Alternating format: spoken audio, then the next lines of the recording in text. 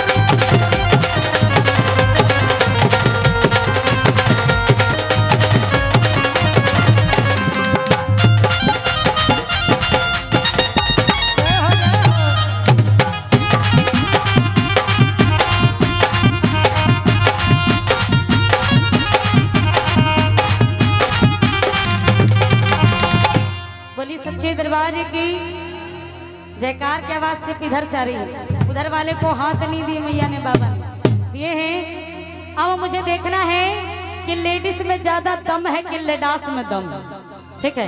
एक बार जितनी भी माताएं बहनें यहाँ बैठी है दोनों हाथ उठाएंगे। क्या बात है, इधर से हाय हाय, सब मोबाइल में व्यस्त है, छोड़ दीजिए चाची जी आज मोबाइल। एक बार दोनों हाथ उठा के सभी कोई आज झूम के ताली बजा के कि ले जाता बाड़ा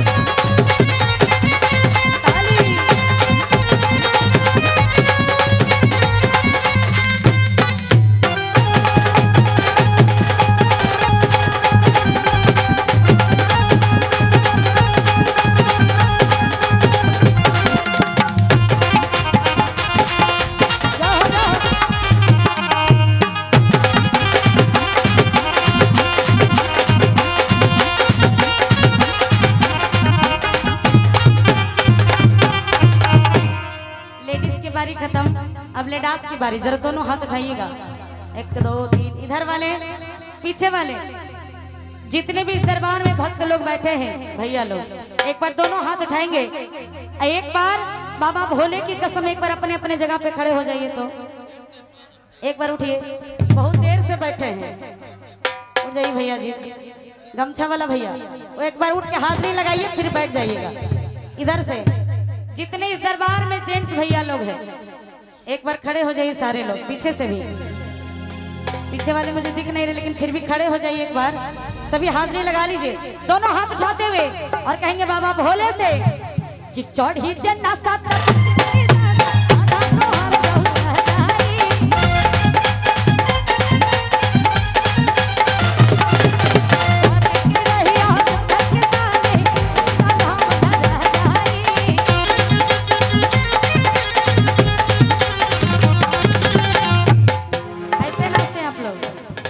ऐसा लग रहा है कि बाराती में जा रहे हैं।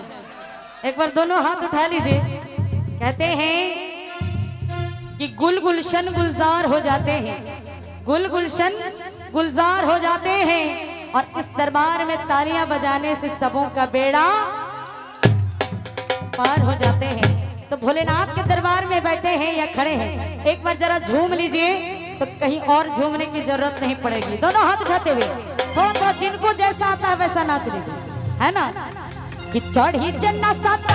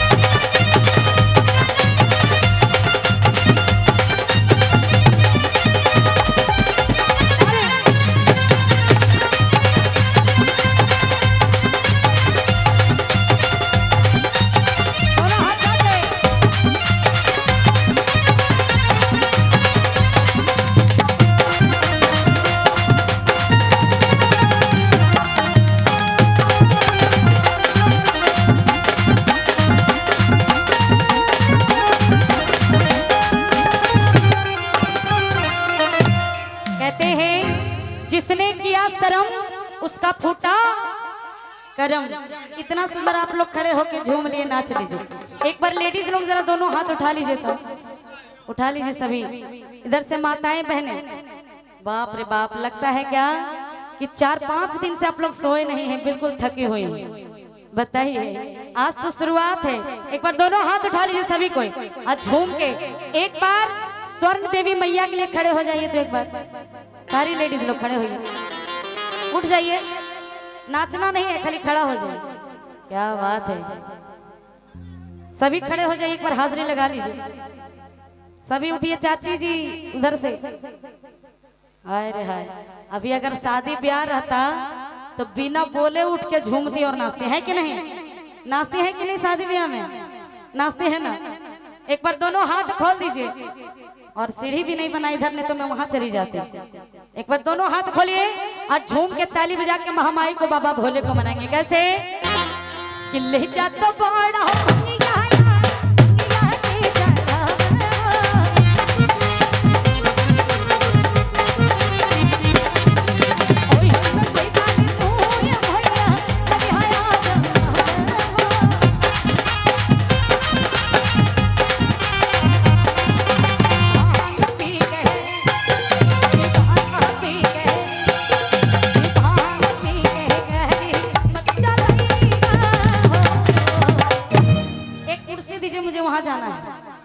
बाप रे बाप को दादी जी कमाल कर दिए हैं। बताइए, उतना उम्र में उनका दांत भी नहीं है, फिर भी इतना सुंदर नाच रही हैं, आप सबों को हरा दिए हैं। एक बार म्यूजिक बजेगा सिर्फ 1 2 3 4।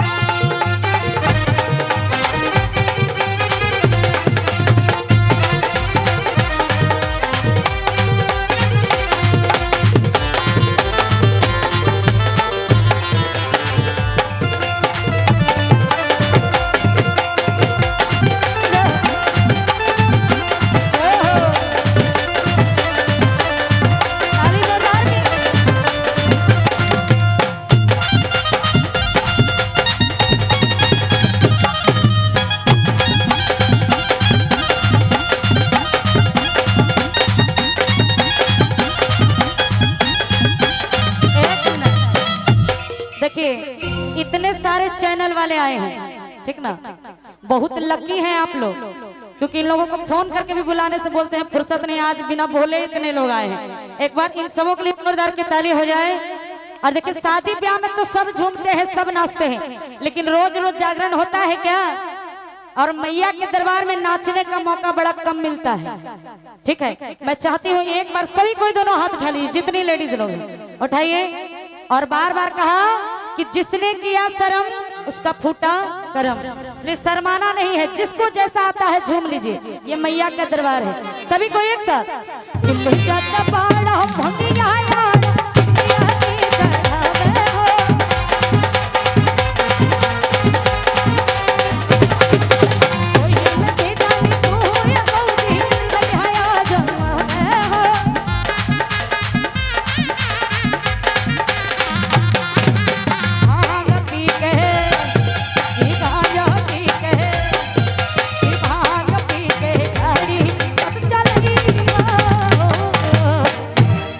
दादी कमाल कर दी है भाई। अच्छा ये बताइए, दादी से भी ज्यादा उम्र के हैं क्या आप लोग? नहीं ना, फिर भी कंजूसी कर रही हैं सब। मैं बार बार नीचे नहीं आऊंगी, मैं चाहती हूँ एक बार दोनों हाथ उठा लीजिए, सब उठाइए दोनों हाथ, सब कोई नाच लीजिए, झूम लीजिए दादी के जैसा। कैसे?